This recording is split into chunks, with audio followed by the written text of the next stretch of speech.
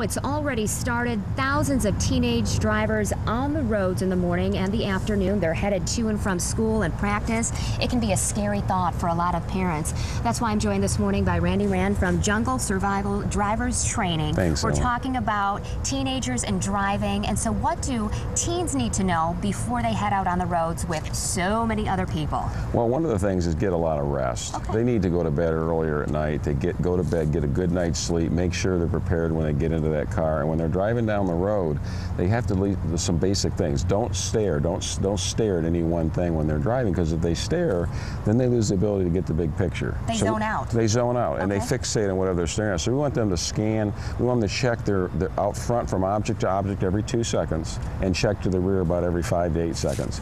Make sure that they're identifying doubtful situations, because what they do is we have to teach them to have a critical eye out there. And a lot of the teens, when they go to school, don't have that yet. They're inexperienced. So they'll drive right into situations where they aren't even aware that something's developing into a problem, and then it's too late, because then they have to react suddenly. And if they're not paying attention and scanning and making the unexpected the expected, then they're in trouble. Do we call that defensive driving? Well, we teach that situational driving. We kind of take defensive driving to another step. Situational driving is basically identifying a situation before it becomes a problem, so you can make a proactive versus a reactive response to what's going on around you. What should we as parents be telling our teens before they get in that car? Well, first of all, you got to turn those cell phones off, or even put them in the glove compartment, because they're addicted to those cell phones. It's almost like they have an umbilical cord attached to that cell phone, and they just live with it. And if you tell them not to text or not to talk, that's nice, but they're teenagers, and they don't have the brain development going on in the frontal lobes of the brain. And you work with teenagers quite a bit. All the time, all the time. Okay, so what do the other drivers on the roads need to know about school heading back into session and more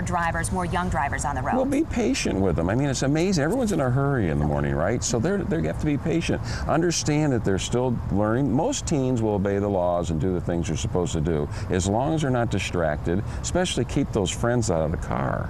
That's the thing that's just causing so many accidents. The friends in the car, distractions with the cell phones. The kids are inexperienced. They don't identify doubtful situations like they're supposed to, and then that's when it happens. So even as those gas prices go up, we don't want to pile the whole neighborhood into one car to get them to school. That's exactly right. And just keep them out. No friends in the car. All right, Randy, we're going to talk to you again in the next half hour more about what we need to know as we're on the roads and our teenagers are on the roads as they head back to school.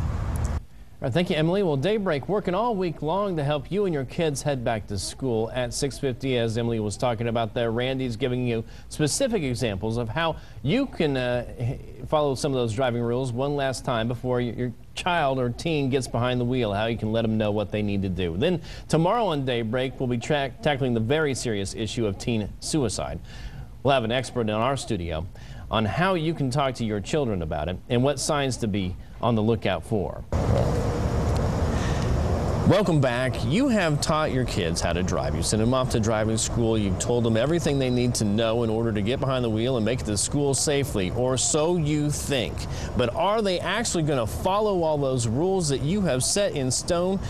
Well, he has some ideas for you to make sure that they're going to do that. Randy Rand here with Jungle is going to give us an idea of what you need to do. So how do we pound that stuff into them so once they do get behind the wheel and they have all these new pressures that they're not used to, and they're going to school, their kids, their friends are telling them to do new things, how do we make sure that they're following the rules that we've set out? Well, we always tell the kids that they have to earn the responsibility and the privilege to drive their parents' car, so it's a maturation process over a period of time. The parents, flat out, the kids have proven to them, hopefully, before they start driving by themselves, but that's not good enough sometimes because they're kids, right? And here's the thing, when they drive to school, they should relate to them some of the accidents that have happened in the area recently, where kids who've been basically lost their lives and been seriously injured, and ask them how that would affect their life if something happened like that to one of their friends. So we want them to drive for everyone else in the car and everybody else on the road.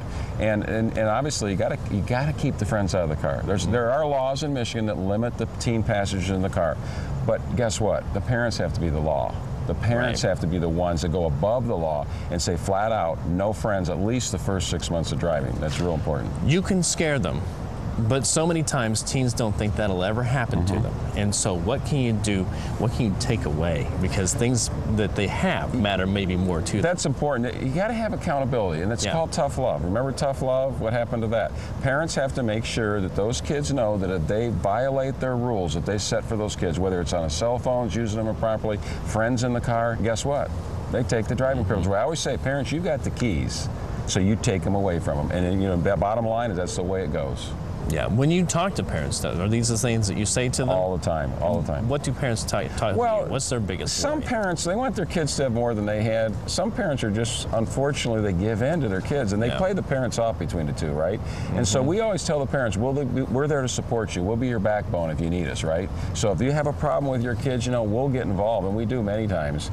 And we can scare the kids straight sometimes, to be honest with you, and help the parents do that. What are you thinking is the biggest thing that kids have to worry about these days, between other drivers out on the road, texting and driving, peers in the car? What's the biggest challenge for them? I would say just their mindset, attitude. We always say attitude's the key. We say there's 3 areas of space they can control: in front of them, inside the car, the environment, and inside their head, their attitude. And that's the toughest part, because every kid's different, right? Yeah. Some kids are more mature at a certain age than others, and that's where the parents have to really know when to pull the reins in with those kids and basically take a step back sometimes. You know, so some of those rules that everybody talks about and everybody struggles with, you can't be their friend. You have to be their parents. That's exactly right. Yeah, you have to make that separation to make it work and to bring them home alive. That's the bottom line. Wow, great advice. Thank you so much for coming in today. We really appreciate your time with Jungle Survival Driver's Training. Yeah, it's a mouthful. I know it is. That's all right. It's not easy. All right, Randy Rand, thank you. We appreciate it.